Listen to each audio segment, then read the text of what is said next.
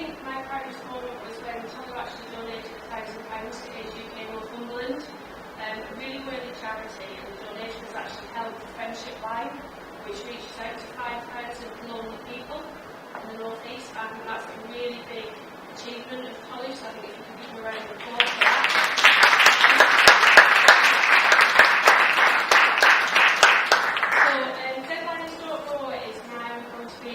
Raising money for Equal Arts, and we have Ben here tonight from that charity. He'll tell you a little bit about that shortly. And I just want to say a little bit about Tolu while I've got the microphone in my hand. There's a lot of things that make Tolu stand out from the crowd. I think his dress sense is one of them. I think we'll all agree as well his talent is second to none. He's got a great belief in motivating others. And he just draws you in, and there's something about him that makes you love him. And he shares that in his books. I think he's a kind and dedicated family man, a devout Christian, and an excellent friend. So to see him be successful, I'm sure is something that we all share in the joy of that. I just want to thank Tolu himself for choosing me to work with him for this last year. It's been a real privilege to actually work with someone who's so passionate and so good at what they do.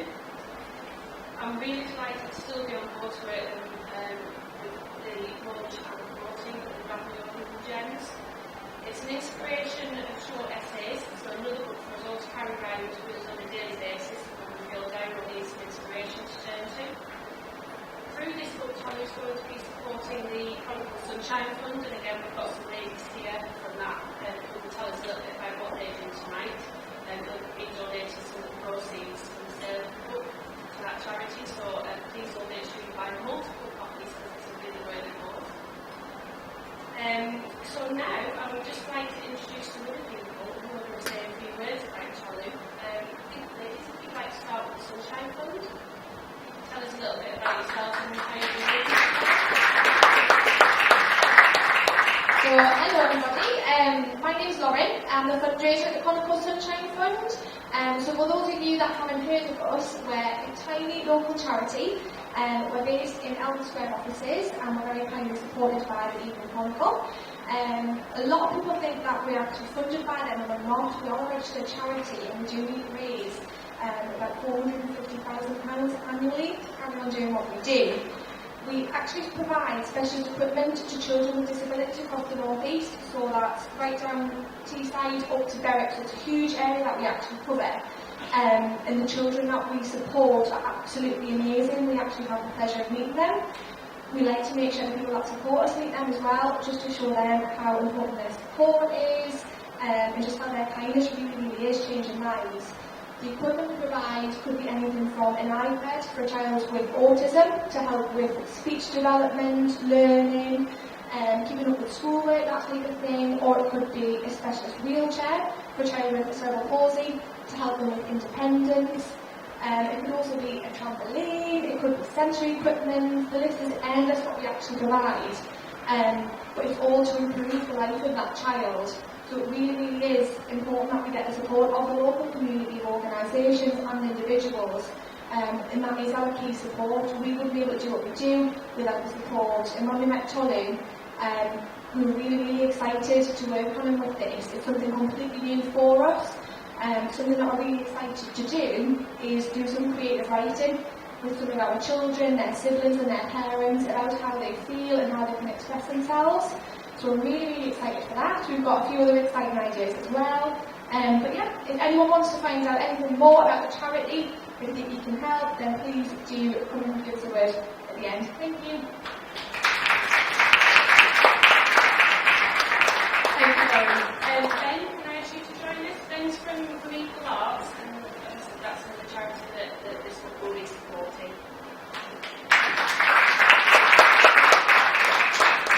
Right. Can everyone hear me okay? Yeah, can everyone see me okay? Quite little. Yeah. As I'm sorry to say, my name is Ben Wilson, and I work for a charity called Equal Arts. We're a local charity, we're based in Gateshead. We work throughout the UK, and we're delivering our programmes further afield. I've started doing it in Europe and Far East. And the charity has been around for 30 years. I got an email from Tolu about 4 weeks ago, talking about a great opportunity. He told me about the fantastic success that Tolu had with AJK in North England. And he came in the office, I first met him about 3 weeks ago, and he was looking quite casual, and he had a suit on with a no bow tie. And I heard all about his bow tie collection, and I think that admitted he's got a Bobby Dazzler on, and everybody else, absolutely fantastic. But he made a huge impression. He was there for an hour, and you could really see the passion that he had, the enthusiasm that he had. It really aligned with our charity. As I say, we're a creative charity. We work with older people and those living with dementia. So very much programs geared towards imagination, because there's a great understanding that creativity is intact long after cognitive functions are in decline. So to form a new relationship with Tolu, with someone who's so creative, he really shares our passion for working with older people. It was absolutely fantastic. We have projects within care settings, within cultural venues. It can be singing, it can be dancing, it can be music, it can be poetry. So I know Tolu was very interested in him coming along and sort of sharing his wisdom with that. He did say he's going to teach me how to write a poem. I don't know if he could, but we'll definitely write something. But what I'd like to say to you is thank you so much for your generosity. I wish every success with you. Congratulations. I look forward to reading it, and I look forward to having a fantastic relationship with you people art. So thank you so much.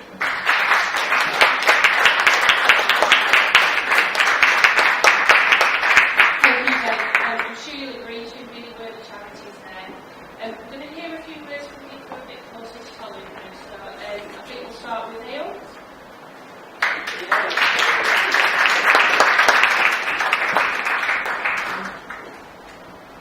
Yeah, my name is Aya. I love Tolu. I've gone through a couple of Tolu's books. The last one, which was Unravel Your Hidden Gems. So, looking at this book, it's not just looking to the old population of the able. So, what we found with this book is, all the time looking at every content of the book, I spoke to the Lord and I said, this book has not just appealed to me. I'm starting using this book as a motivational story to my kids. And every night we put it together and read this book. And there's a particular chapter in that book that talks about celebrating other people, not just being envious, being jealous about other people's success, but also when you celebrate them, it goes a long way to show how much of success we expect in return. And also that couple of other chapters in the book. And to talk about Tolu has not just written a book, is also his passion. But personally, I cannot find his passion for what he does so unique. And to kind of find such a guy who is passionate about what he does and also passionate about inspiring other people to do better, I think is a lot, is something very, very unique. And for Tolu, I think it's not just about writing a book, it's about also kind of celebrating what you love to do and what you believe in. Absolutely, Tolu, we're really proud of you. And personally, I find it motivating. And thank you so much for inspiring me as well to do better. And I hope all of us will say that about you as well. Thank you so much.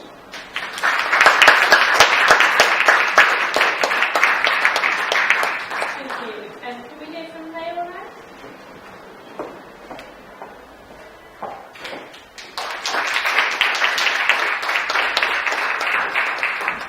Thank you very much. My name is Lyle. Well, I got this book on Friday, and then I was so eager to start reading it because Tolu said it's not about the book. So by the time I got on the train on Friday evening, I started reading it, and then I couldn't take my eyes off it at all because every part of it was quite interesting, motivational, inspiring, and then it got to me, like nobody was born a failure. Nobody is a failure. You have everything in the inside of you to be a success. You just have to discover it. And then he's really emphasized it a lot. And then it's a book you all have to get because I got so much inspiration such that when I go home, I was telling my kids, I'm thinking, you don't have any reason to be a failure. You've got to be a success, guy. So it's such a book that actually motivated me, inspired me, and also not only me, but people around me as well. One of those things I mentioned was celebrating others. I mentioned it to Tolu while we were coming home today, and I said, it's something we should all do. If you're not there yet, it doesn't mean you're not going to get there. Just celebrate with those people that are there, which is not always regular, which is not always common these days. You see people envious of other people's success. You see them not so happy when they see other people being promoted or, making progress in life. But man, if you want to get there, you have to celebrate them. So kudos to Victor for those write-up. Thank you very much.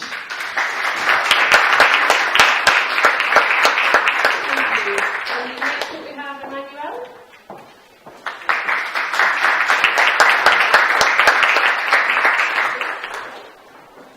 Very much, Tolu.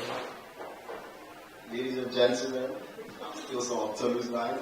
Give it up for the one and only Tolu Toludo!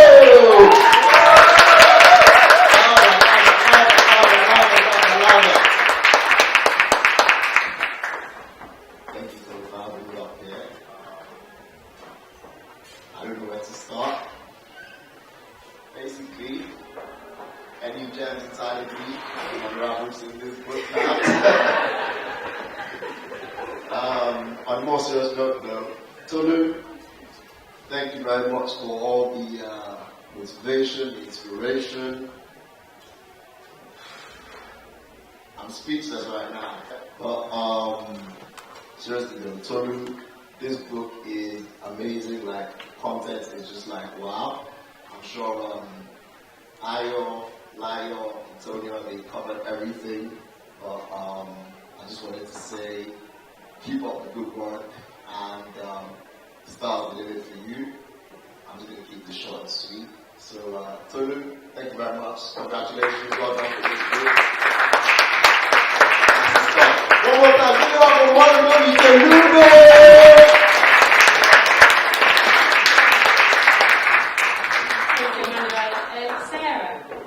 Sarah will just say a few words.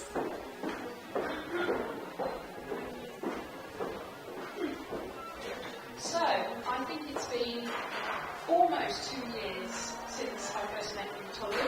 For those of you that don't know me, I started up and Tolu and I work together. There's a number of you in the room tonight that do know me and know me very well. Those of you that don't, your colleagues. So, the title of the book is perfect. Because for the first year that I knew Tolu, he had not unravelled his hidden gems. Tolu joined us. He was a senior case handler on Red Clover.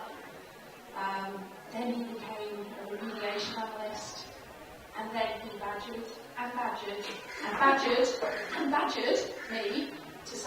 to get onto the next big project that was coming along, which was called Project Mercury, which the rest of you that are from extension in this room will know very well. But that's the tenacity of this guy, yeah? He knows what he wants, he goes out, and he gets it.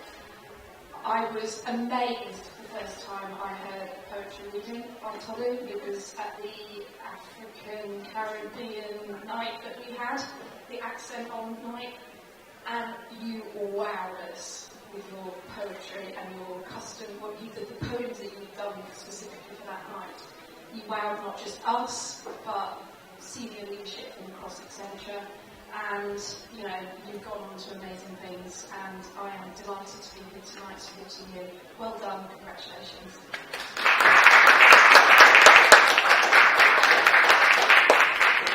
Thank you, Sarah. Well, I don't know about you lot, but this is the longest that Tolu's been quiet since I've known him. So I think maybe it's time to hand the mic over to the man himself. Let's take the stage, Mr. Akinyemi. Thank you everybody for joining us to be part of this amazing night. As is customary for me, when I have people come together, the first thing we do is we need to light up the room. The room is a bit quiet. So we need to like Sarah said in our last speech, there comes a point in our lives when we all have to unravel our hidden gems. Every one of us seated here today, we all have God great potentials. We have the ability to leave our imprints on the sands of time. We all have gifts inherent within us and talents. Yeah, so that was what brought about Unravel Your Hidden Gems. Because everybody has something unique about them. It could be singing, it could be writing, it could be painting, it could be music, it could be sports, it could be worldly causes like supporting charities, older people in our midst. There are a lot of things we could do to make the world a better place and living it a better place than we met it. So I will open the floor tonight by starting with the reading Unravel Your Hidden Gems. 1 minute, please.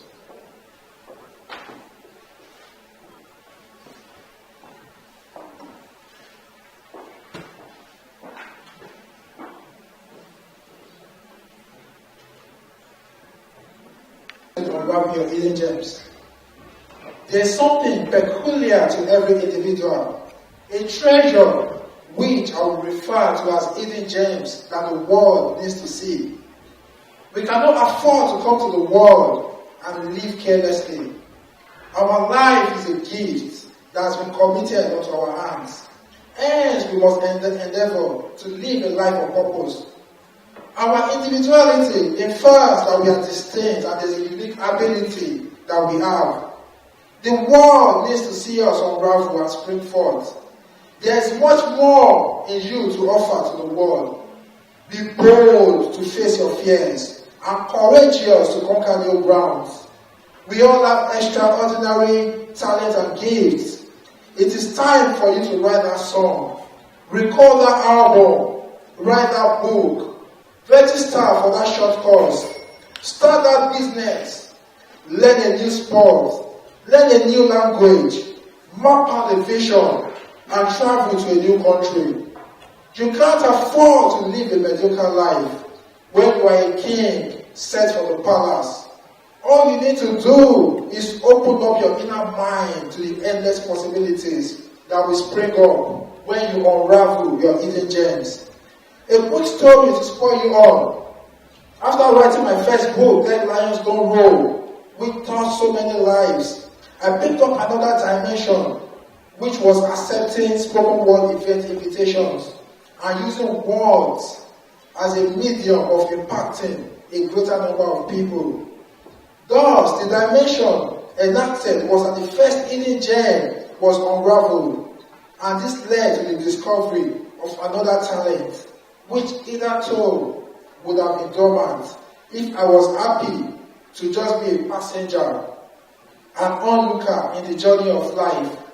A lot of great ideas, songs, inventions, and creative minds have departed the world with all their ideas. They did not unravel that hidden, they did not unravel that treasure and share with the world before they close the curtains on this chapter of their lives. For some others, the hidden gems have been unraveled. However, they choose to do nothing with their gifts and talents. Let me remind you that the world needs to hear your role. Don't just be part of the statistics. Make your life count and come into the world a worthwhile adventure. You must know that your life's purpose. You must know your life's purpose, as abuse is inevitable when purpose is unknown. It is time to come out of obscurity and become celebrated in your endeavors. Let's tell ourselves and young ones, the generation next, that we can be master over many things. You just don't have to be master of one. You can be brilliant at one thing, but there's no harm in being exceptional and having mastery over many things. So having an illustrious career does not harm your chances of harnessing your gifts and talent. You can write, sing, dance, paint, good at sports. That is really fantastic. But there are other remarkable things you can also do and be exceptional at. Do not place a limit or lead on yourself. There should be no ceiling of limitations. The world awaits your legacy. There is a gift in you, which generations to come will forever be grateful that you unraveled. Untie the hidden gems. Loosen up as it is time to flourish. Your story will be heard all over the world as you choose to unravel your hidden gems. The world is your oyster. Go forth and conquer. Thank you.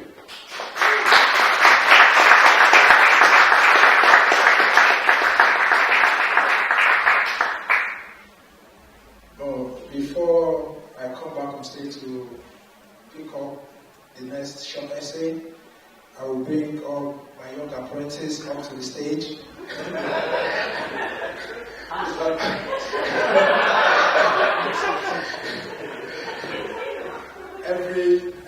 There's no success without successor. So I'll be trying my very best to bring up a young, very, very young guy here who happens to be my young apprentice. I've been training him and I've been letting him train very well. So we will be doing a reading titled Focus is Key. My young apprentice, this is your stage. Okay.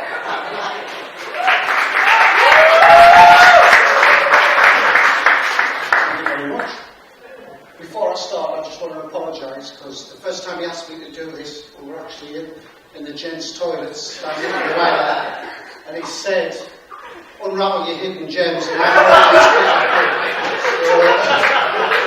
do apologise for the misunderstanding. I just can't quite do what you're doing.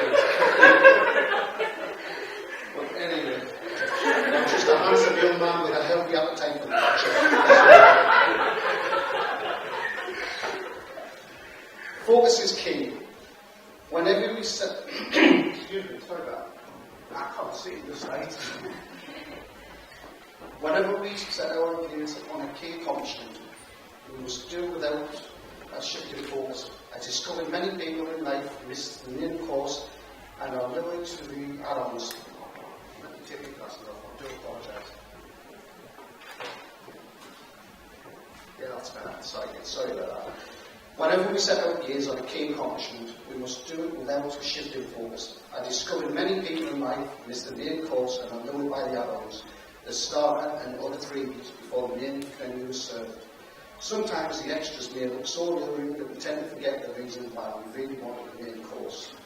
Individuals who achieve accomplishments of note are those who kept their eyes on the prize while they paid the price without looking back. I've seen a lot of people lose the essence and value of their lives because of the side attractions.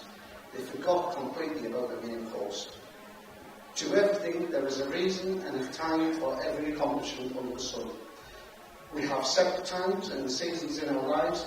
There is a time to be born, a time to attend nursery school, primary school, secondary school, university, work, marriage, and other events as people's individual choices differ. A school student who is supposed to be laying the right foundation for their life but shifts their gaze from the essential, whatever outcome derived from the consequence of decisions taken should not be blamed on other people or on society. For people who want to maintain an elevated level of focus in their projects, marital life, business, work and education, questions like why am I here should always come up from time to time. It is also essential that we do a periodic evaluation of our lives to make a deep reflection of the past and the present, which will tell if you are on the right track for the future. The mistakes that people make is they tend to live for the moment, the present. Many do not even want to remember the past. Many people have become lost in the present and prayerfully hope the future will sort itself out.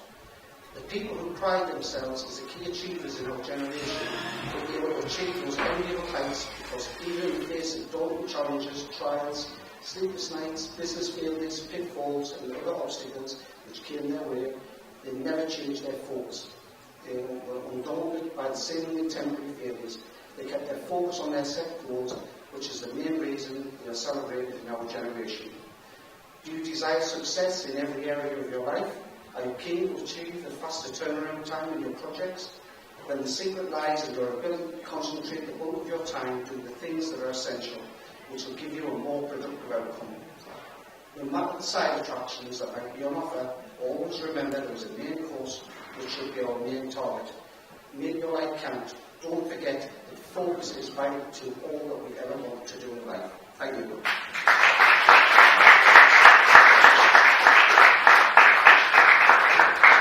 Thank you, my young apprentice. Before I get the next person speaker up, I would just do another short essay titled Wake Up in Your Own Morning Time. The truth about life is it is when we wake up from our sleep that is our morning time. The fact that it is morning in Manchester does not necessarily mean it is morning in New York City. Neither does it mean it is morning in Malaysia. We must also apply this concept to our lives. There is no such thing as lost timing. We only awake to our life's responsibilities at contrasting times. So the fact that you have friends who woke up early from their slumber does not mean you are failed or does not suggest you are a failure. I believe in the concept of perfect timing. It does not matter when you are awake from your slumber. What matters is that you are awake. Thus, waking up at 9 a.m., 2 p.m. or 6 p.m. does not matter as long as you are able to fulfill, as long as we are able to fulfill our life's objectives in the fullness of time. Dear friends, I admonish you to show competition in destiny. There is no such thing as competing with friends and families to be the best. It is folly at its best, competing with someone who arose from their slumber while you are still in deep slumber. We can live in ignorance for a long time, which is not necessarily a problem. If we choose to embrace knowledge at some point in our lifetime. Living in ignorance only becomes a problem when he that lives in ignorance does not know that he knows not and is not willing to embrace learning as a solution to gain knowledge. In furtherance of my teachings, in this world that we live in today, many people live in darkness. Many have been brainwashed to believe that the darkness they live in is the light. However, it is not a crime to be in darkness, inasmuch as we see the light at some point in our lifetime. It does not matter how long we have lived in darkness, inasmuch as we get to the point of realization that the light signifies the morning and are awake from our slumber. In conclusion, the fact that all your friends have been married off does not in any way affect you or your life outcome. Also, the fact that all your friends have built their own houses or the skyrocketing prices of building materials should not in any way be of great concern. In your own morning, I repeat, when you are awake from the rigors of the night, things will be easy for you because it will be perfect, without blemish, spoiled, or wrinkled.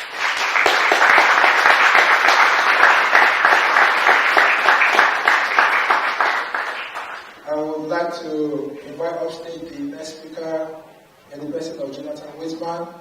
He will be doing a reading on personal responsibility, turning every responsibility into a pocket of greatness. Thank you.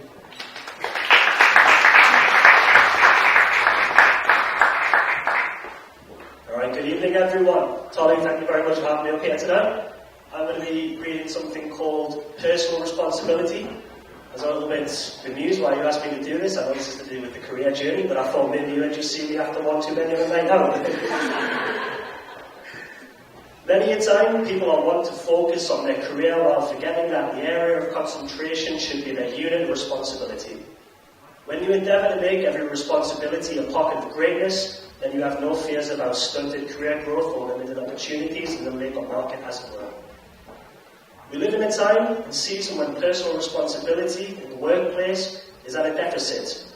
The blame game is rife, and in a bid to protect their careers, some leaders have lost the morality to be truly called leaders. The old cliche where colleagues bruise and batter pressure as the fall guy for not getting around with doing the proper things should be discarded forthwith. If we can't deal pressure a fatal blow, then do we still have the right to earn that paycheck? When we take personal responsibility for our actions and inactions in the workplace, we are taking the credit for doing the right thing and not afraid to take the blame for our inactions. The fact that you admit to a mistake or a lapse in your work does not in any way indicate that you are less smart than you are. Neither does it confer on you or an obnoxious title such as not good enough. When we take responsibility for our mistakes and lapses, we begin to relearn and unlearn, because until the old dies, we will not be ready to take on the new. For some leaders, it could be a change of focus from your career or taking care of the people you are leading. It could be as simple as investing in them, building a program and showing them what's possible, which could inevitably change the lives of your followers. I make bold to say again that our focus should be on how we can continuously improve ourselves in the workplace by making every possibility a showcase of our unique talents. That is why we are not zombies or computers programmed to work and think in a set order. We have the capacity to think outside the box and go the extra mile to achieve our objectives. To conclude, the sheer force and unbridled energy colleagues use to protect and grow their career should be funneled into turning their KPIs, teams, departments into a pocket of greatness, and then what we have in return is a model workplace which all stakeholders can be proud of.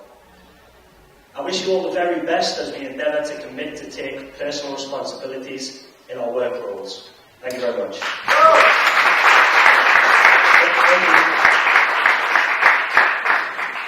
Thank you very much, Johnny, for that.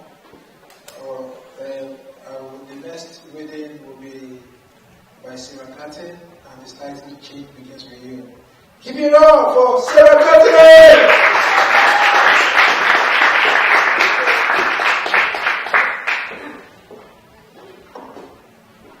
Again, not sure how I got this one, but anyway. Change begins with you. We've heard so many cliches that a successful organisation is a function of its leadership. Today, leaders bear most of the brunt for failings in their organisations. I always watch in sheer amazement whenever companies' results are released to the public and the CEOs face so much scrutiny from the media and organisational stakeholders alike. The workforce of every organisation has a vital role to play in making the life of the senior management very easy. The change we all desire to see in our organisations must begin with us as individuals. Colleagues must not act in ways that are inimical to organisation growth and development. Failings within organisations is a sum of individual failings in the workforce. Effective change must start from the bottom up, so no matter our designation or job title, we must always act as a source of positive influence within our department or that small group we belong to.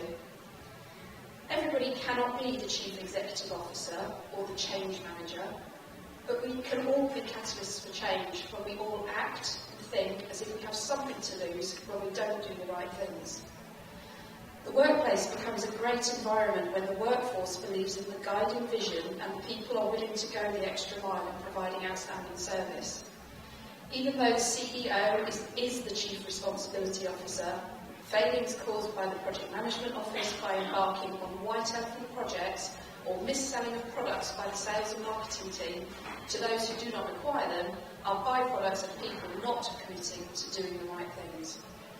When we all have the right attitude in our work roles, it becomes a win-win scenario for all organisational stakeholders at every level. Shareholders smart to the bank, senior management are lauded for exceptional performance, the entire workforce will also enjoy parts of the gains, and the agencies that provide contract staff also get more business and referrals, all because of doing the right things. I end this write-up by saying, You don't have to be the president of the country, the chief executive officer of a blue chip company, or even part of the senior management team to make change happen. Always remember that the change begins with you. Wow!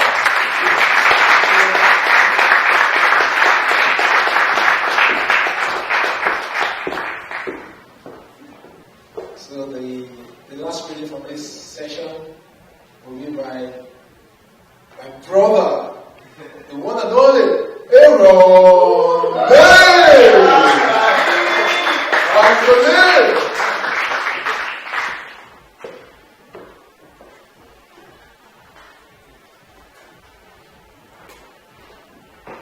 Thank you very much. This is entitled Work Out Your Own Success. We are in the know that success comes when opportunity meets preparation. Hence, there is no need for rhetoric on how to achieve success. The world indeed does not owe us a living, so it is time to drown out the voices of excuses about how unfair life has been. I have heard many amazing stories of people who broke the barriers of poverty and rose to the peak and became success stories in their chosen field of endeavours.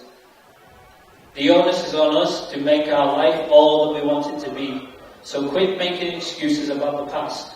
There is no organising pity parties and playing the blame game. People tend to blame others for their predicament. For some, the economy might come in for the blame, while others put the blame on their background. If only they were born into a wealthy family, they would have had a better life. Assuredly, I tell you, your background is not a reflection on your future. The past should be put in its place, which is the past. There is no magic formula to achieve success in life, but you can become all that God has purposed you to be if you have that desire to attain it. To achieve good success in life, you must, as a necessity, come to acknowledge that it is your own responsibility as the chief executive officer of your life to work out your own success. Always remember that life is an individual affair and you are first and foremost answerable for your own actions and inactions. Success is not achieved through wishful thinking or daydreaming. A lot of effort goes into the place of preparation. Before the athlete mounts the podium to celebrate their victory, day and night, they are training at the training ground, working towards the achievement of their goals. They also invest a lot of time in the gym whilst adhering to healthy eating habits. To achieve good success, you must be disciplined and practice self-denial to make your dream a reality. Insanity is doing the same thing repeatedly and expecting different results. To be successful, you must carve a niche for yourself. You must be ready to let old habits die and say no to yourself, even in difficult circumstances. When all you hear is how tough the economy is and how difficult it is to make headway in life, I admonish you to take responsibility for your own success. Invest your time in value-added activities. Do not despise continuous learning. Life itself is a teacher. The more we live, the more we learn. Quit procrastinating. A lot of people tell me that they will get things done tomorrow, and when I ask them tomorrow, they tell me tomorrow. But the fact is, they never get things done tomorrow. Remember that success is who you are, and you will succeed. Thank you.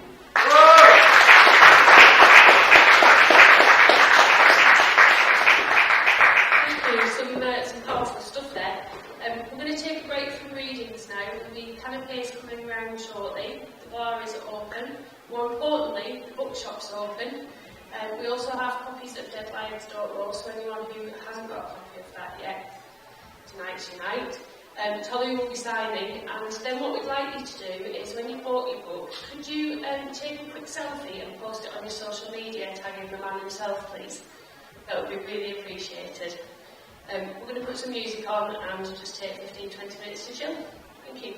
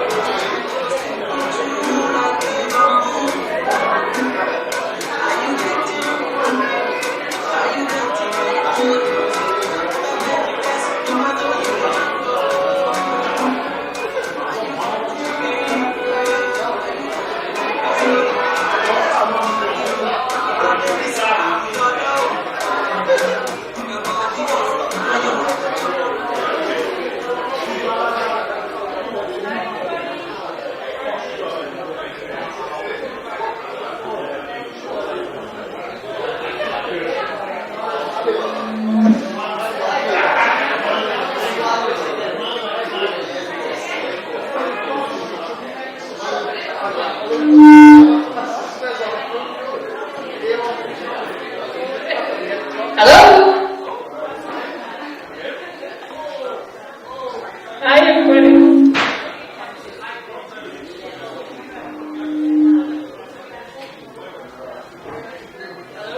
Can you hear me now? Sorry for deafening you all. Are you all fed and watered, ready for the second round? So we're in for a real treat now, because we're going to go right back to the beginning. Are you ready? Mr. Akinyemi is going to read Dead Lions Don't Roar.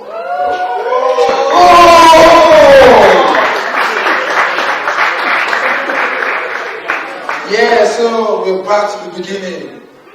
Living lions in the house. We need to bring down the roar for the loud roar like lions. Can I have a loud roar like lions? Thank you very much for that. I start. Dead lions don't roar.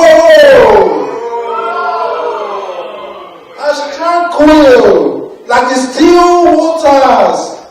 Their legendary status, now history. A history soon to be forgotten. In the graveyard lay many unsung heroes. 6 feet under the ground, therein abide great potentials, depriving the world of the benefit of their ideas. We suffer not for lack of talent. Many a talent bestrode the earth, like buzzing bees besieging the honeycomb. The best of men have been laid to rest with ideas confined within. The talented musician with no song to his name was buried with his gift and talent in harmony.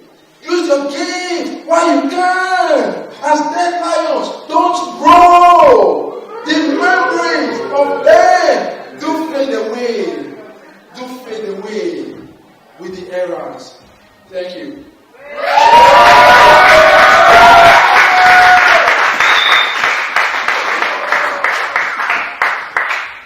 I will do one of my signature poems on Dead Lions Don't Roar, titled Growing Old. I remember those days I used to be a young kid. Right now, look at me, the times are flying. Look at all of us here. Our life, our times, our seasons. Growing old. To unwind the clock. The clock of my life moving so fast. Once I was young, strong and agile. Many memories to cherish. Accomplished quest as a bonus. Slowly but surely, my life is fizzling. My bones frail and nimble. Counting down the days. If I had a choice, I will always choose to stay. Stay forever young. Thank you.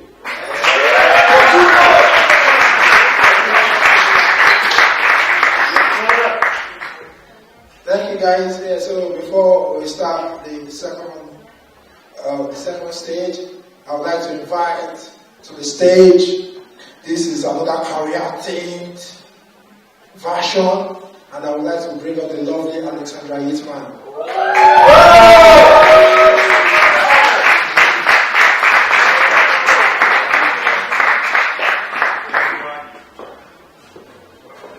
Hello. So I think my boss Katie is definitely going to thank you for this one, because I've been known to throw a fit on you when something changes. But this is about managing change in the workplace. I've had to embrace change at various times in my life. During my self-study, my change management foundation exams, I began to develop greater insights into some of the forces that revolt against change in the workplace. As humans, we find solace in our comfort zone. We always try to resist any change to the status quo. I remember in my last role, working for one of the big 4 consultancy firms in London, some of my colleagues were so much in love with London that they always said they were not considering working outside of London due to several reasons. I always shudder at the thought of restricting myself to a certain location, either based on friendships, affiliations, family links, or love for the city life, at the detriment of career advancement or the better life, as it were. In every organisation, when ideas that will engender business process improvement, reduce cost and overall productivity are rooted, there are individuals who will want to resist change and change initiatives, no matter the benefits it might bring to the organisation.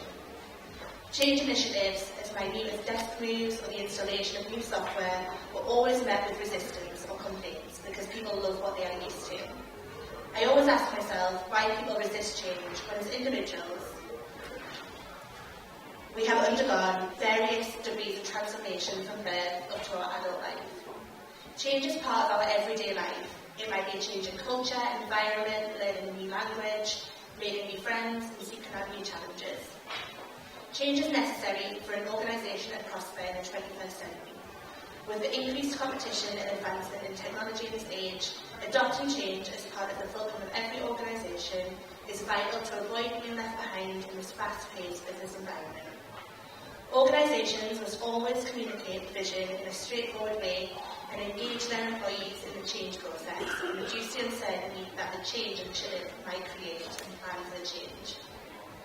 As individuals, we must continually thirst for the new and be dissatisfied with the present. We must embrace change in our career as well.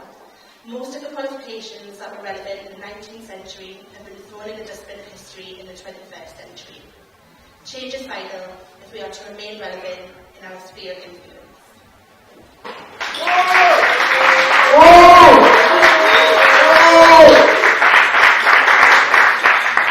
Thank you very much for that. You have some lions at the back.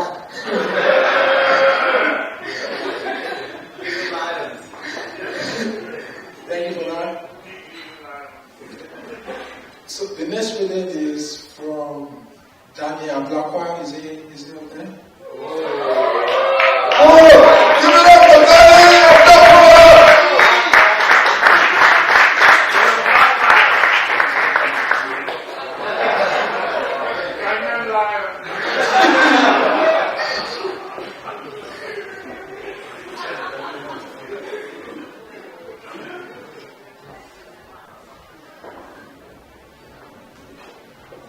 This is the height of all embarrassment.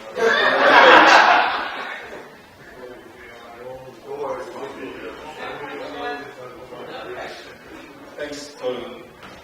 So the name of the poem is Response Mechanism. In recent times, most of my mentoring opportunities have been offline, and I have been doing my best to be abreast of tackling issues and challenges in people's lives as they happen. I have discovered that everyone has their own challenge, their problems, the pain that keeps them in constant touch with their humanity and brings them to the knowledge that we do not possess any supernatural power, hence we appreciate powers we do not have to ourselves. It is not what happens to us as individuals that matters, but how we respond to what happens to us ultimately. Thus, it is the response mechanism that we adopt that is the big deal. Issues abound everywhere. The human nature welcomes with a lot of frailties and imperfections. That is the truth. So our perspective to the issues that confront us is a significant factor. How do we deal with bitterness? How do you deal with a failing marriage? A future that lacks a clear-cut direction? How do you deal with the challenge of falling behind your colleagues achievement-wise? Do you adopt the victor or victim mentality? Some people are masters in the blame game, good at organizing pity parties so people can commiserate with them. But every one of us has the chance to make a choice, and invariably the choices we make will determine the outcome of our lives. It is better to have a solution-focused mindset that dwell on problems and limitations that we encounter in our daily lives.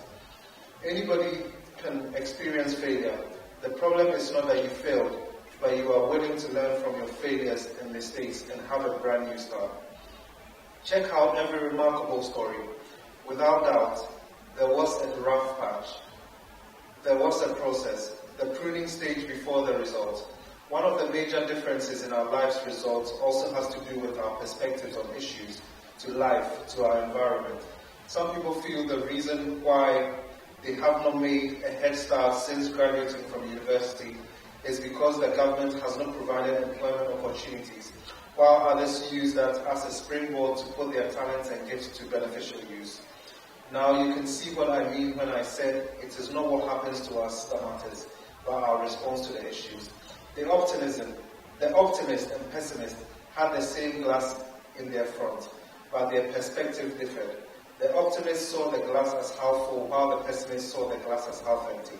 In conclusion, many people live in seclusion because they find it difficult to live with the hurt and pain caused to them by others. You have a choice to be masters in this game of life. You have the choice to develop the attitude of winners and dominate your circumstances and situations. It is not what happens to you that matters, but how you respond to what happens.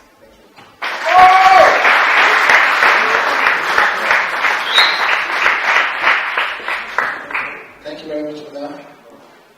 The next reading is from Tayon Alibi, Lessons from My Father.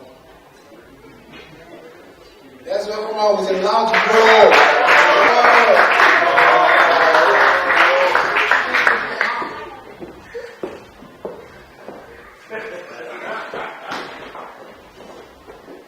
Thank you. I'll be reading the lessons from my father.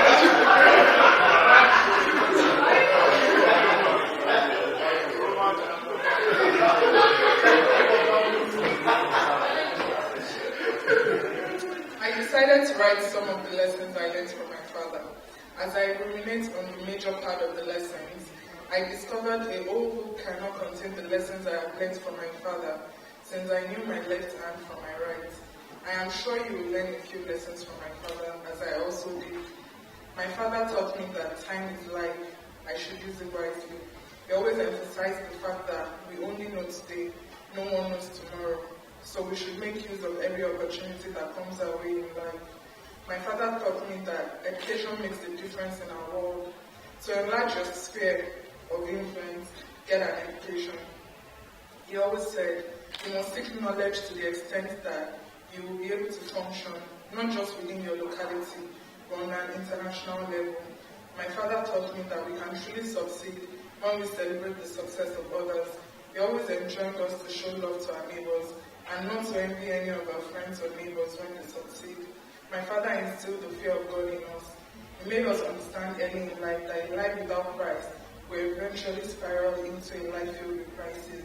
He taught us how to be thankful in advance and stirred up our faith through positive confessions. He always confessed everything he wanted in life in the hope that it would come to pass. He is an optimist to the core and always inspired us that we can be whatever we want in life if we work hard at it and commit our ways to God. My father taught us that integrity is very important in life. He emphasized to us that we should be trustworthy and honest in all our endeavors. He taught us that there is dignity in labor, and he believed so much that life is in phases. My father taught me to rest at the night time of our life, old age. We must sow the good seed early in life. And he always said, it is foolhardy to start resting in the morning when you should be plowing and tilling the land, investing to have a beautiful future. My father taught me how to be an original and never a fake. He taught us to cut our coat according to our size. He taught us never to live above our means. He always emphasized against indulging in any lifestyle that cannot be sustained in the long run. My father taught me how to be disciplined, focused, and set priorities in all I do. I learned how to come home early, for he despised staying outside at night. He always said most of the evil perpetrated happens at night.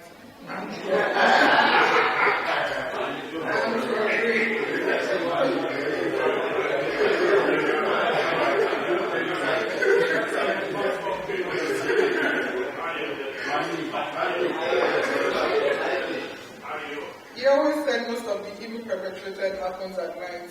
Armed robbery, police shooting at sight, and most of the accidents with fatalities and even death. My father taught me how to be a responsible woman. He's a role model, a father of many daughters, a prophet, and his words are always etched on marble. I remember there were times I memorized and wrote some of his words down, so I would not forget. My father taught me how to be humble. He taught me that we are nothing in this world, and we should live within our capacity always. Don't envy your neighbors who are successful or who seem to be successful. Remember, the sky is large enough for all birds to fly without any harm coming to any one of them. Above all, my father taught me how to dream. He taught me never to give up in life. He taught me that tough times never last, but tough people do. I learned from my father that success is not a function of background. Thank you.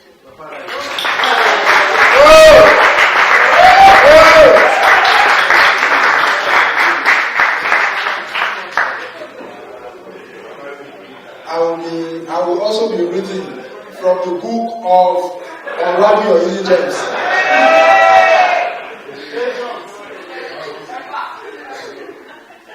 This is titled No More Limits. Many times we place a ceiling on the level of our ability based on our job title or position, and we are confined to act within this sphere. But real growth begins to happen when colleagues are not afraid to take on higher responsibilities and remove any form of barriers or limitations that have been placed on them. We must make managing the business of our talent a priority always. Who says burning the midnight candle ends with higher education? We must always challenge ourselves to be better at what we do. Personal development should be a continuous process, and we should not feel a sense of achievement no matter the post we hold or level we have attained. The goal should always be to be better than our previous best. The power to experience real growth lies within us. That is, if we are willing to break free from every form of barrier and limitations that have been placed upon us. The truth is that everyone has inherent gifts and potential waiting to be harnessed. My question is, what investment are you making to ensure that your talents are not put to waste? Doing the same thing over and over and expecting different results is a no-brainer. Free yourself from every form of limitations and begin to explore the world without any form of barrier.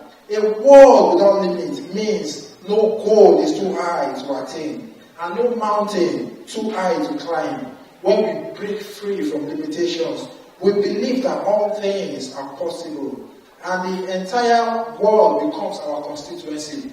A life free of limitations signifies that we are not restricted because of our race, family background, nationality, gender, or age.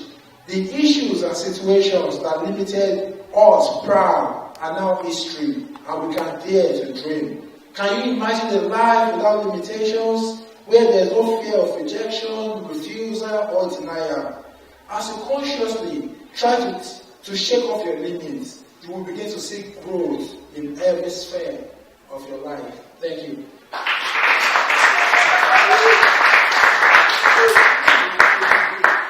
Yeah, there are some eligible bachelors in the house. I was there.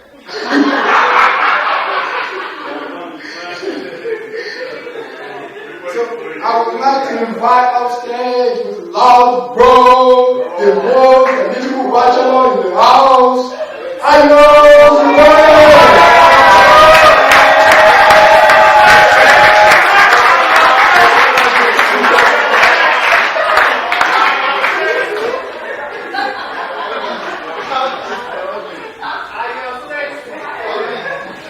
First of all, I don't know what he's talking about. There are tons of bachelors in the house. Manny, Jake, Aaron, so many of you guys. It's time to go get married. Alright? Where do we start from? Let us begin.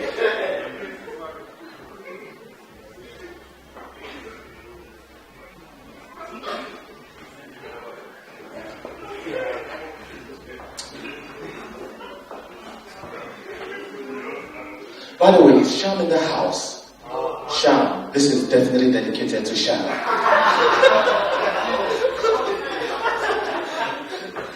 Please tell him I said that. Letters to my single brothers. Bachelors.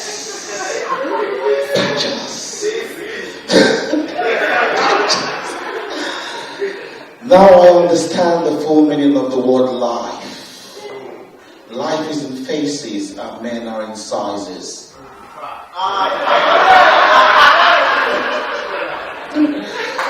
As we seek to move to the next phase of our life by throwing the phrase self into the trash can of history, I enjoin you, my single brothers, to choose responsibly. Remember, he that finds a wife finds a good thing and obtains favor from the Lord.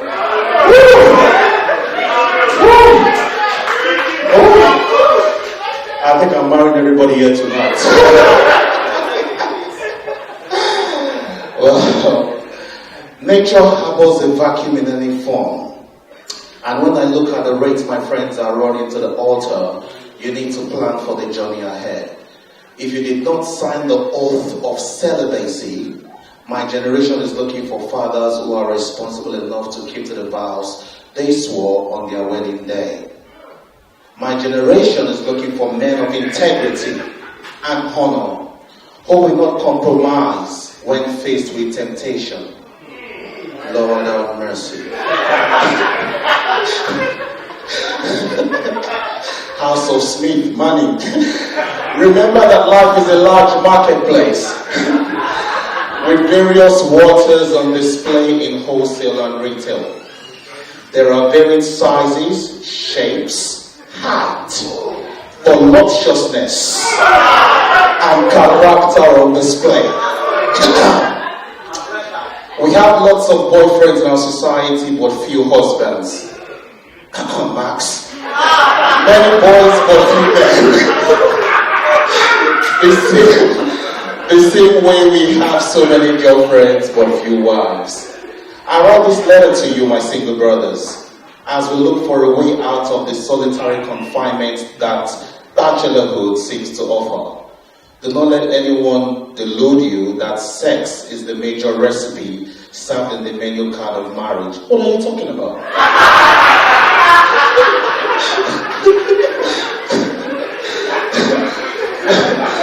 Marriage entails a higher level of responsibility. We need men with the ability to respond during crises and challenges. My single brothers, when the priest tells you that the two have become one, it has a deeper meaning which transcends beyond the surface and can be looked at in the context of submerging your willpower. We must cultivate the habit of dying to self and consciously minimizing fault-finding in our partners. My single brothers, in your search for a life partner, you must consciously look for a priceless jewel, my boy, who believes in your dreams, visions, and is ready to run, to help you run with. Beauty is temporary and will utterly fade. Thank God for Mary Kay.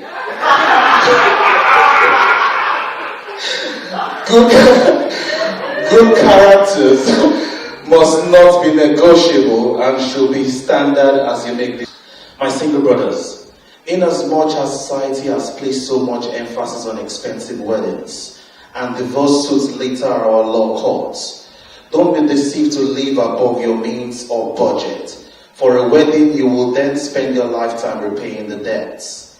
I have had various testimonials of single brothers who married with 7-digit figures and lived a life of penury thereafter. After your entire guests have left for the day, they barely remember if they attended your wedding. Almost a wedding per weekend is the norm of the rosters of many families. My single brothers, marriages is not a boxing show where your wife is turned into a punching bag. Women are to be treasured. Please handle them with care. I do my best. I enjoy you to trust her and love her like you love yourself. Help her to maximize her strengths and pursue her dreams. In the days of adversity, do not despise her. Let her breasts satisfy you, and do not seek refuge in the home of the harlot.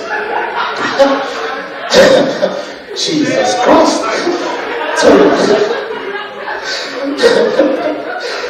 My single brothers, the fear of the Lord is the beginning of wisdom.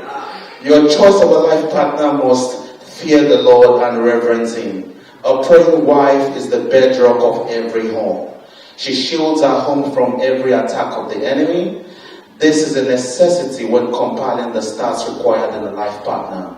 Throw away the garbage being shown in your face that you must be made, i.e. cars, houses, other meals, a boom fairy tale, before you can marry. There is a blessing attached to marriage. Please partake of it. 2 is better than 1 in all ramification. I'll round up on this note.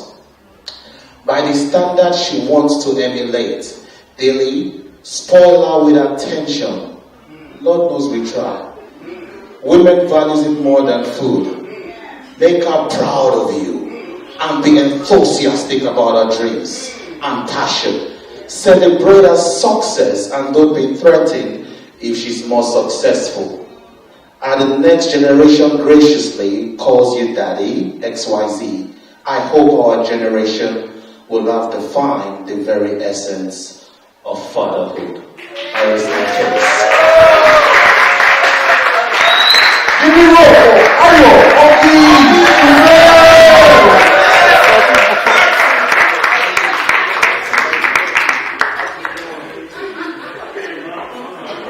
Just some couple more before we start rounding up.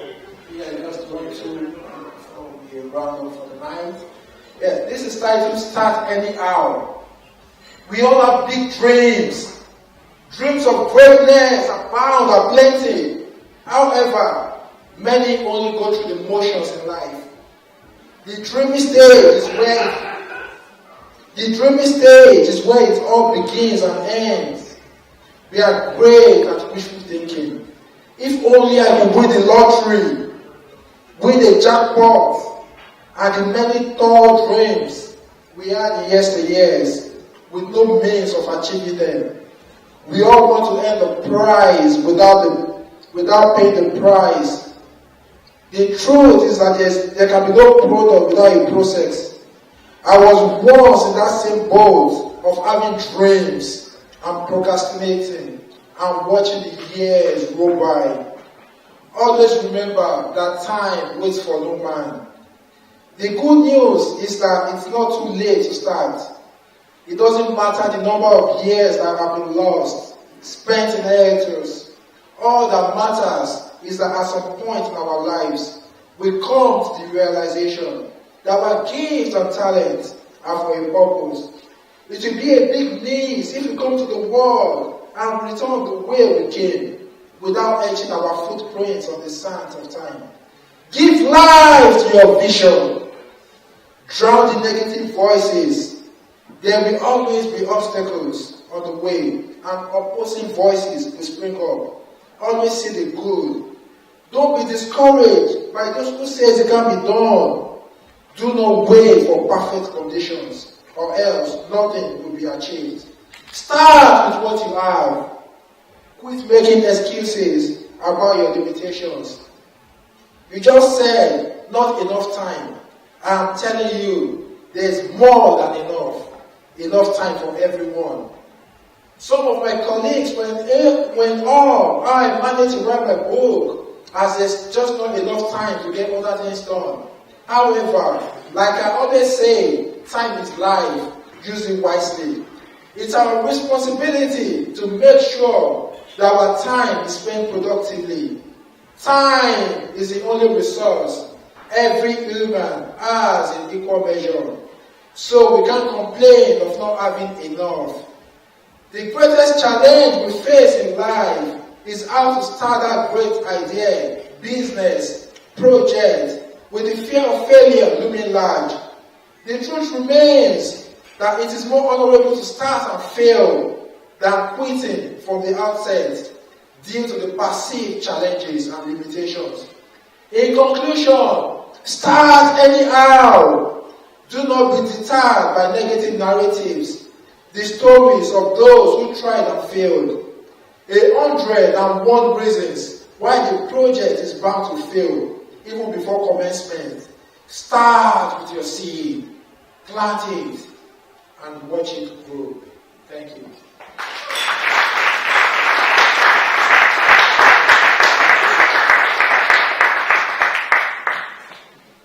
Is Happy around? Yes, he's here.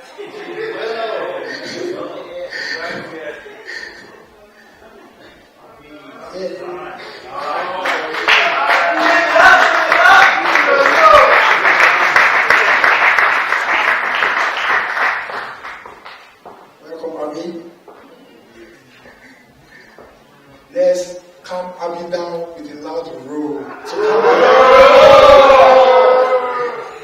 Another roar to make her hit. She is breathing so hard. So this is going to be the final reading for the night. So before we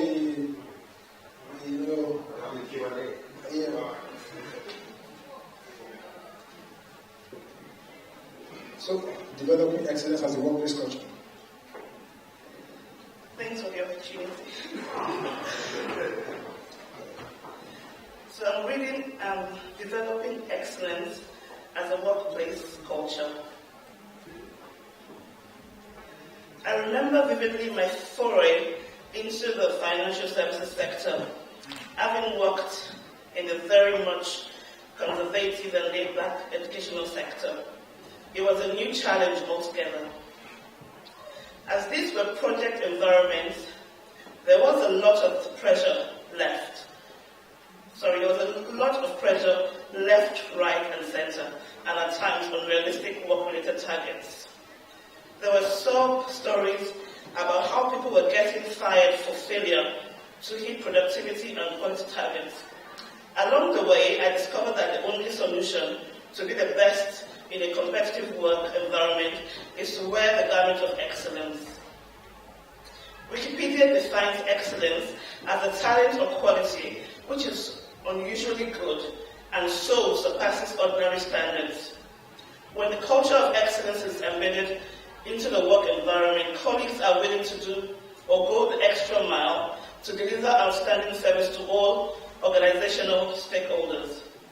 An excellent workplace culture means people are willing to use their initiative to get work done and do not wait to be told what to do. Excellent people are uncomfortable with mediocrity, irritated with the status quo. They are always looking to develop faster ways of getting work done while not compromising on quality. Many people do their job either to earn a living and pay the bills or keep body and soul together.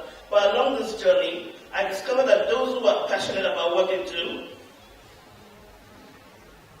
go farther than those who do their job just for the sake of doing it. The Bible verse in Ecclesiastes 9:10 readily comes to my mind. Whatever your hands find to do, do it with all your might, for in the realm of the dead, where you are going, there is neither walking nor planning, nor knowledge nor wisdom. So whether you are the chief executive officer, a project manager, or customer services officer, your contribution to the bottom line must be exceptionally excellent. The only reason I will save up to wear a Ted Baker suit or shirt is because I have discovered there is a tag of excellence that describes their products. They are not just in the market to churn out quantity, but also pride themselves on designing quality products, which is a subset of excellence, which is a major attribute of their brand. And as individuals, we must constantly challenge ourselves to be outstanding, to never be satisfied with your present circumstances. In times past, I have used the illustration of senior bankers within the Nigerian banking industry in the early 90s, who were educated up to senior secondary school level, but did not deem it fit to improve on their qualifications. They lived in luxury and opulence, but did not envisage the wave of downsizing, which will soon hit all those who refused to educate themselves up to bachelor's degree level. And when the tide came, they were all consumed with the wave of downsizing that came along. No matter the wave of downsizing or right-sizing that might consume organizations, excellent people always stand out. Because excellence does not hide, it does not need to announce itself. Now let's spread this culture of excellence. Let's propagate this culture through our organizations from the top to the bottom. Enough of entitlement mentality. Nobody cares how long you have spent in that organization or company. The question should be, are you adding value? What impact are you making? Are you just picking up that paycheck without putting in the shift? Excellence should be the front burner. Nobody is rewarded for activity, rather accomplishments. Let your good work speak for you. My last word of advice for that excellent man and woman out there who is saying, I do my work in an excellent manner, but things are not working as envisaged. I will end this essay by quoting Galatians 6:9, and let us not be weary in well-doing, for in due season we shall reap if we faint not. Keep on pushing on, keep on working at being the best version of you. There are still forward-thinking organizations that value excellence, and there is no stopping you. Politics might shoot mediocrity to the top, but an extraordinary talent will always be one irrespective. What role you find yourself, give it your audition for greater things to come. Thank you.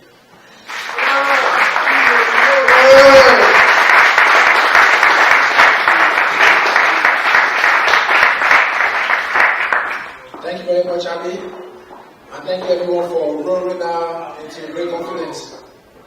Yeah, so the last bit is just, I'll be taking a few questions from the floor. If you have any questions you want to ask me about my writing journey, inspiration, motivation, feel free, just for a couple of minutes. So the floor is open. Yeah, Manny? Very simple one. What inspired you to write? Yeah, I would say basically life, happenings, events, environments. I've been writing for so many years, and it's always been at the part of me. It's been when I just flash through my mind, I feel like writing it down. I feel like with my writing, I can impact the world positively. So I think basically just the fact that I can make the world a better place. That's the inspiration to write down my thoughts and to put it down so others can see. Thank you. All right. What was the greatest challenge in your life and how did you overcome?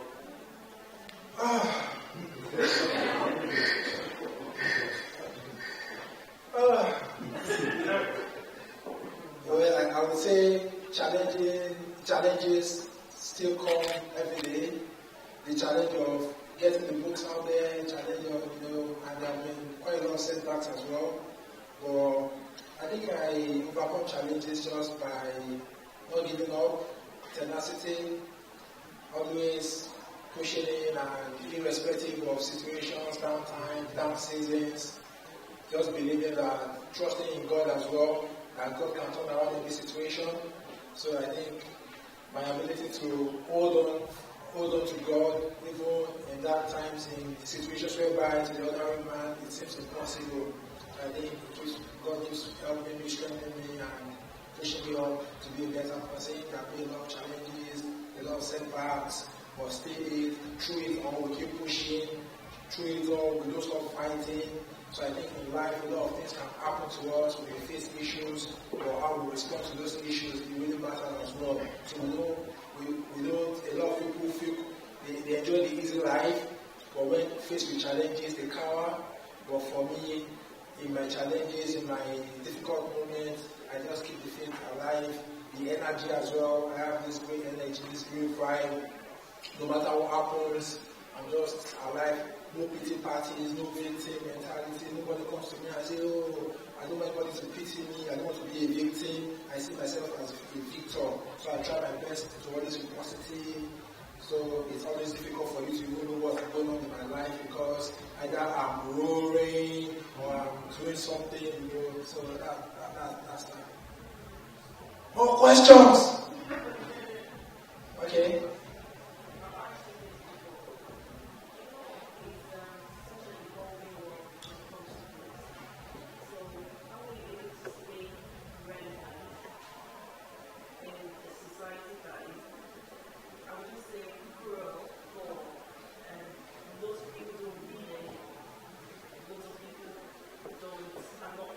I'm not really influenced or so how do you be able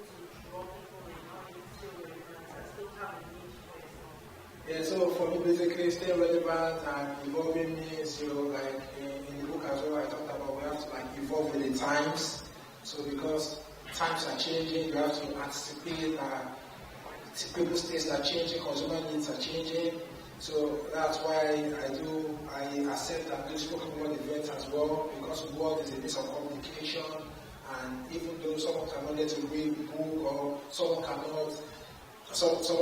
doesn't have the time, I do readings, I do spoken word performances. That way people get inspired when they see me on stage. Every stage I've been on in the Northeast, in Sunderland, we all roll together, and people have come to me to say, oh, those words are powerful, those words are really. So even though not everyone can get to read the book and go through it the full length, or through your words help to shape other people's life. I've been in events whereby people test their parents to say, oh, I just heard these words on stage and I've been really inspired. And so I think it's just for us to evolve. Don't just say, oh, I have people that say, oh, I only do readings, I don't know how to do poetry performance, I can't perform on stage, or I can't accept speaking engagements. So, but for me, I try just to be relevant. So that's my secret to being relevant, evolving, and if it has to be singing, rapping, dancing, whatever, we'll take everything on board and just make sure we are relevant. Thank you. Yeah.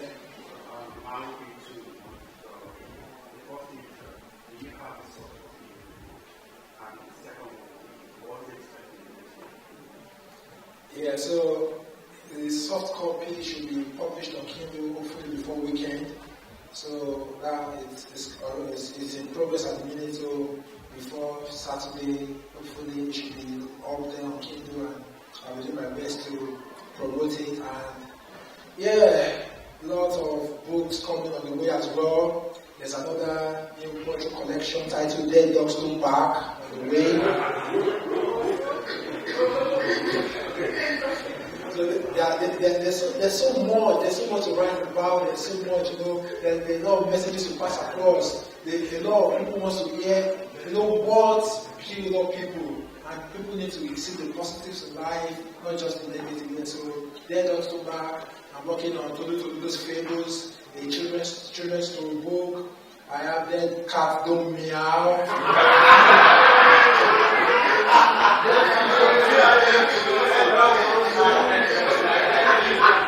Hopefully we'll have Dead Men Don't Tweet.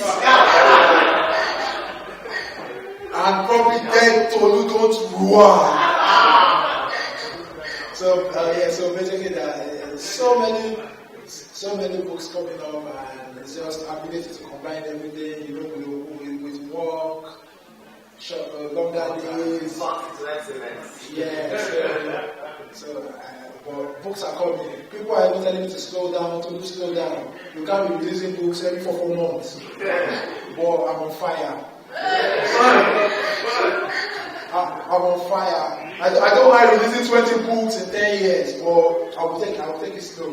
So in Dead Dogs Don't Bark, we've got poems for wonderful Sarah Catton, we've got Brownie, we've got Ascension, we've got a lot of things to inspire us, to move us to the next level. So that's my next work, upcoming work, and every charity I'm supporting as well, I will write something just to support them and showcase what they are doing to make the world a better place as well. And I also write for people as well, so if you are in my good books, I also think good about They say never offend the writer. I ate a jollof rice the other day, and I wrote the jollof was so sweet. I wrote something about the jollof. So that's the word of the writer, events, environment, get inspiration from all these things. So, more questions? What's your ideal setting for writing? Oh, my ideal setting for writing, I love to be in a quiet place. It's very important. We need our space. We don't need phones ringing or people coming in, answering phone calls or chatting or disturbing. So a writer needs that clear head, we need a clear space, we need a clear mind, no TVs on, just clear-cut process. And at times you may be probably in public transport somewhere, and that thought, even like the idea drops in your mind, you want to write. So a writer must always have a writer's notebook. Anywhere you are, on your phone, notepad, just type it. Because if you don't put it down, you may forget. So as a writer, have a clear space, have a clear desk, have your own workspace, go about your writer's notebook, and always document your thoughts as it comes by. So for me, that's key. Nobody disturbing me, having everything. If I have people running around, maybe kids and all that, I will not be able to achieve this much here. So a writer, you need your own clear space. Thank you. And more questions? Do you have a favourite poem, either from one of your books or in general? Yeah, I would say In Dead Lions Don't Grow. I love to grow. So I would say Dead Lions Don't Grow. It's my favorite and growing old as well, because growing old resonates our journey in life. There was a time I was really, when I was young, I used to be a bit chubby at some point. They used to call me, in my native language, Yoruba, they say, Odeku, that's stout, a bottle of stout. So amazing how I got the height from being like as robust as a bottle of stout, then to be quite long. Yeah, so it's an amazing transformation. Yeah, so I would say, yeah, so that's what I would say about that.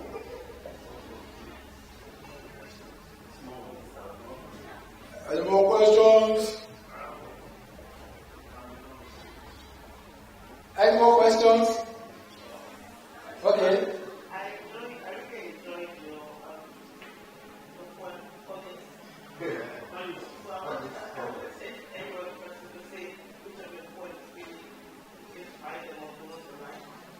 Okay.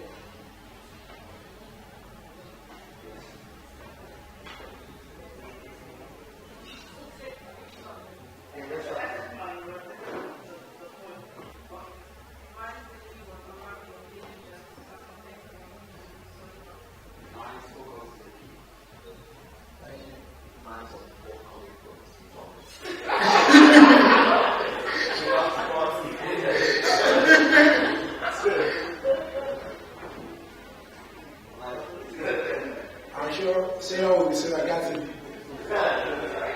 I said, I'm sure yours will be Sarah Gattin.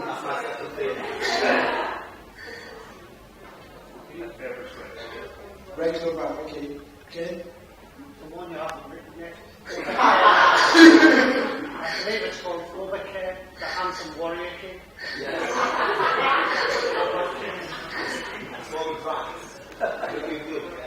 Any more questions before we round up for the night? In the absence of any more questions, I want to thank you all for coming tonight. I want to especially thank the Sunshine Fund for the amazing partnership and all the great stuff we'll be doing in the months and the year ahead. I'm so much looking forward to working with all these children and people at the Sunshine Fund. I'm excited about the opportunity and amazing possibilities to unfold, because when we are able to raise others up through our words and inspire them to be the best, that is where we are truly lived. So I'm so amazed and I'm so excited about what we're about to do in the months ahead. Also, big thanks to Equal Arts, to Sarah Gattin and the Essential Leadership, to all of my great friends here tonight that has come to support this movement in Newcastle. Thank you so much for all the amazing support, because without you guys, whatever we are doing today will not be possible. Thanks for making this event a great success. Thanks for the fun, for the roar. Thanks for when I say let's grow like a lion, we all grow. Thanks for all the fun moments. Thanks for the support. It's been massive. Thanks for everything, the encouragement. If you write a book, people don't buy it, then you can't write. I read my books, but you can't read it alone. Over Easter, I finished Unravel Your Hidden Gems in about 2 days. But you need people to read, support people to read, and gain something from it as well. Yes, so I want to say thanks to Karen Joy, thanks to everyone, Fumi, Mani, Ayo Ogunsoye, Jimmy, Ken, Aaron, Max. I'm not wearing my glasses. Acclaimed. Thank you everyone. I appreciate the support, and I'm looking forward to many more amazing years together, fruitfulness, and releasing more books. So get ready and support me massively as well. If you have friends and you feel they need to unravel their own hidden gems, this book is everything we need about our life's journey. So if it's career, it's people you love career, buy for your boss, buy for your colleagues, tell them about it. Let's spread the message. Thanks a lot. I appreciate it.